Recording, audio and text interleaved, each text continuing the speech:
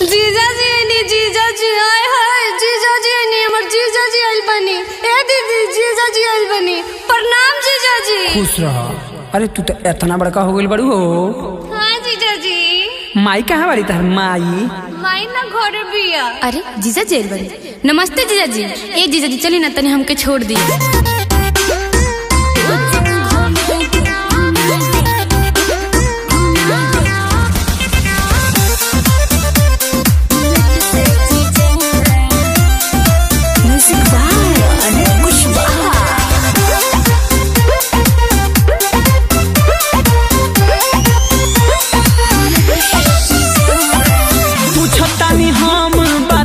साली प्यारी कहाँ जाए के होते बाबे तैयारी? अरे चली ना रास्ते में बता दे ना। बताओ पूछता नहीं हमें बताओ साली प्यारी कहाँ जाए के होते बाबे तैयारी? हेल्प एगो हमारा के को दे जीजा। मैया सरस्वती के होता पूजा। बुलेट से जीजा का बुलेट से जीजा बोलो कोचिंग घुमा दी। बुलेट से जीजा बुलेट से जीजा हो बुलेट से जीजा कोचिंग घुमा दी। बुलेट से जीजा ओ पढ़े में कैसे ध्यान लगा देलू?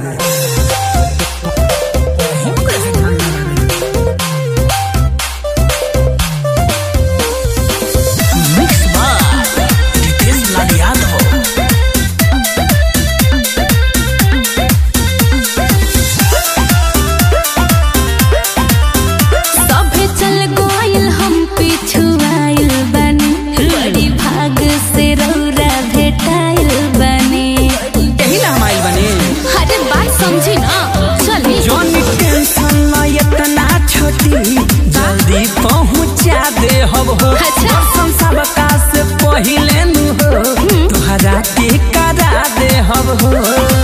हर दका होई जाके लेट से जीजा आइल बनी विमन रौरा डेट से जीजा। बोला बुलेट से जीजा बुलेट से जीजा कोचिंग घुमा दी। बुलेट से जीजा बुलेट से जीजा हो बुलेट से जीजा कोचिंग घुमा दी। बुलेट से जीजा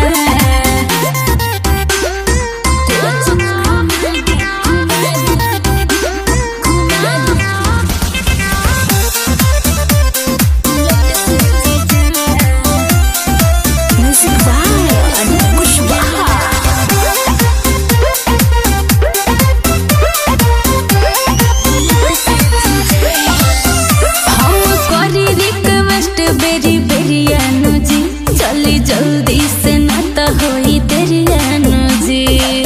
अरे जल्दी चलिए ना। कैसे माना करबे तोहके हऊ हो हमर साली नु हो। ससलाल मासूम जी जा तोहार पहुँचा दी है हाली नु हो। पीछे ना भागी टारगेट से जीजा एंट्री करब मैंने गेट से जीजा। बुलेट से जीजा बुलेट से जीजा कोचिंग घुमा दी। बुलेट से जीजा बुलेट से जीजा हो बुलेट से जीजा कोचिंग घुमा दी। बुलेट से जीजा अच्छा चल। गीत संगीत रिकॉर्डिंग स्टूडियो दिल्ली।